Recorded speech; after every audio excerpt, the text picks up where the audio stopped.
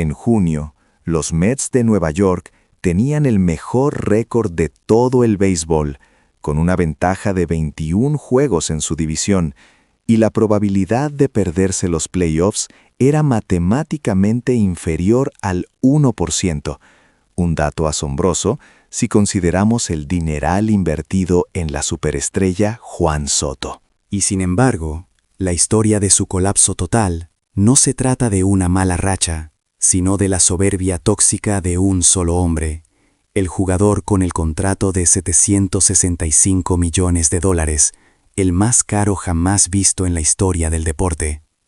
¿Puede la arrogancia costar $765 millones? Hoy vamos a desentrañar el escándalo que estremeció la MLB y la diferencia abismal entre el talento que destruye y el talento que eleva. Bienvenidos a 301 Reportes del Home Run. Cuando comenzó la temporada, la ciudad de Nueva York estaba convencida de que los Mets, bajo la égida de su nuevo dueño y con la adquisición estelar de Soto, iban a ganar la Serie Mundial. Todos creían que el éxito era una certeza. Durante el verano, el equipo respondió, alcanzando una racha de victorias que lo colocó en la cima absoluta de la MLB. Soto, al menos superficialmente, cumplía, conectando home runs y sumando carreras impulsadas. Pero algo se rompió fatalmente después del receso del All-Star.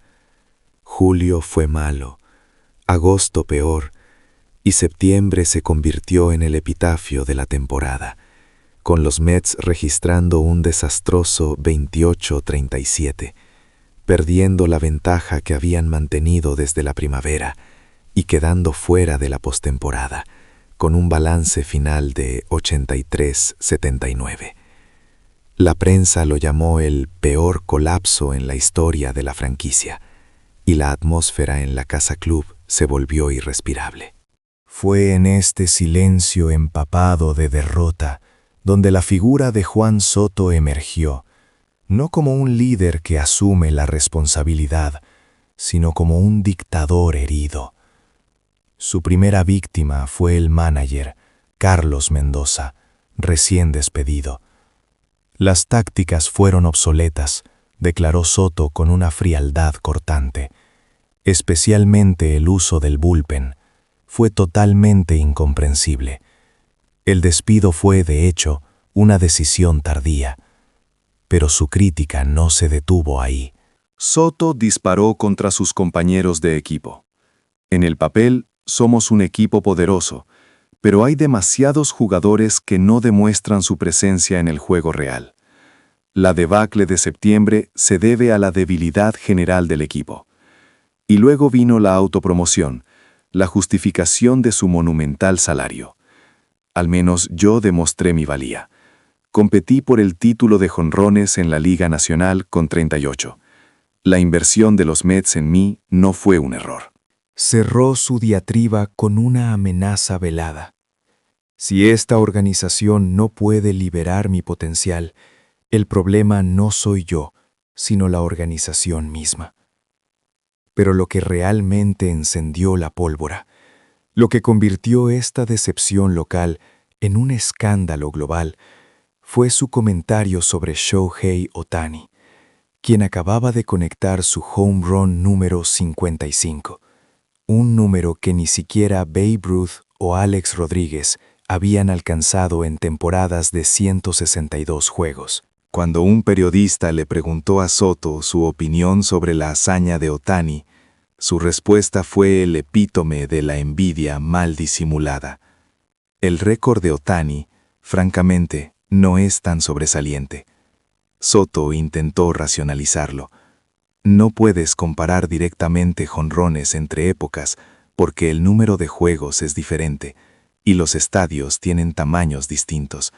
Esa es la gracia del béisbol. Pero el momento y el tono de su comentario revelaron un profundo resentimiento.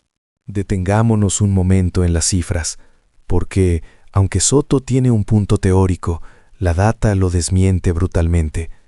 El narrador profesional Anthony DiComo señaló: el índice de contribución a la victoria del equipo de Soto rondó el 20%, Mientras tanto, la influencia de Ohtani en las victorias de los Dodgers se acercó al 70%. Los números hablan por sí solos. Esta diferencia no es solo estadística, es filosófica. La cereza del pastel de Soto fue su endoso público al rival Cal Raleigh para el MVP, diciendo: «Si el MVP no le es otorgado a Raleigh, dejaré de creer en los premios de la MLB». Esta preferencia por un rival sobre su propio compañero de equipo enfureció al dueño de los Mets, quien, según fuentes cercanas, llamó a Soto directamente y le lanzó una advertencia glacial: «Ten orgullo, chico, y cierra la boca». El clímax emocional llegó con la rueda de prensa de Carlos Mendoza tras su despido.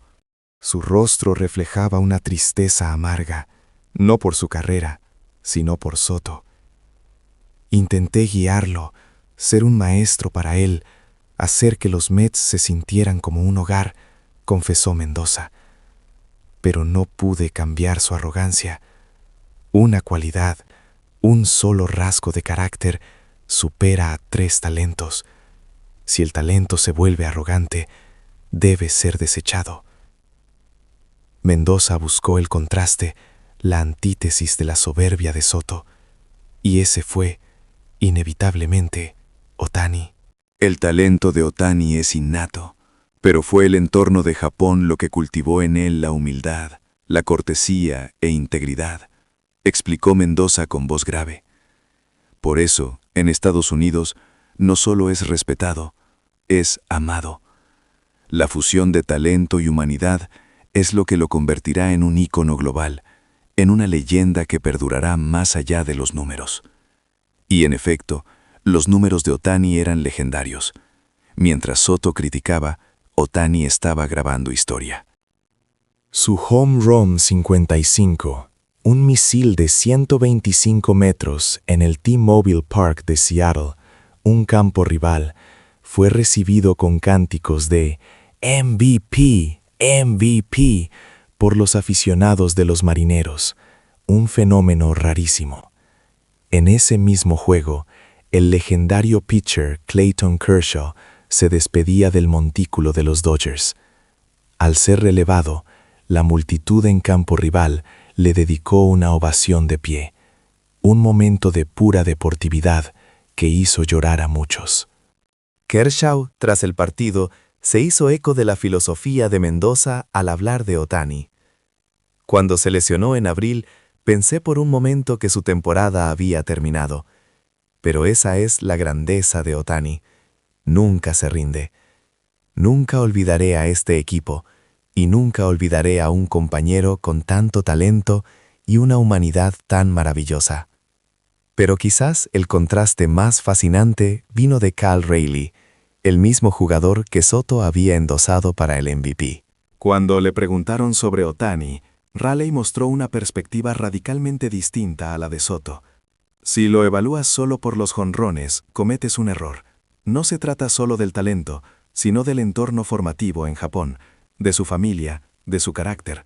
Si tengo que cederle el MVP a Shohei, no tengo ninguna queja. Esta es la esencia de la lección. Soto, con 38 jonrones, un promedio de .263 y 105 impulsadas, tenía números individuales superficialmente sólidos, pero su contribución al espíritu y la victoria del equipo fue mínima, marcada por la culpa y la toxicidad. Ohtani, con una influencia del 70% en el triunfo, demostró que en el béisbol y en la vida, el carácter humilde te lleva más lejos que cualquier cifra. La verdad que se ocultaba tras el colapso de los Mets no era una mala pitcher o un slump temporal, sino la profunda verdad que Mendoza intentó inculcar.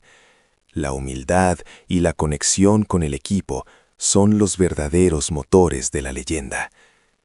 Esta temporada nos mostró que los $765 millones de un contrato no pueden comprar lo único que importa en el deporte de equipo: el corazón.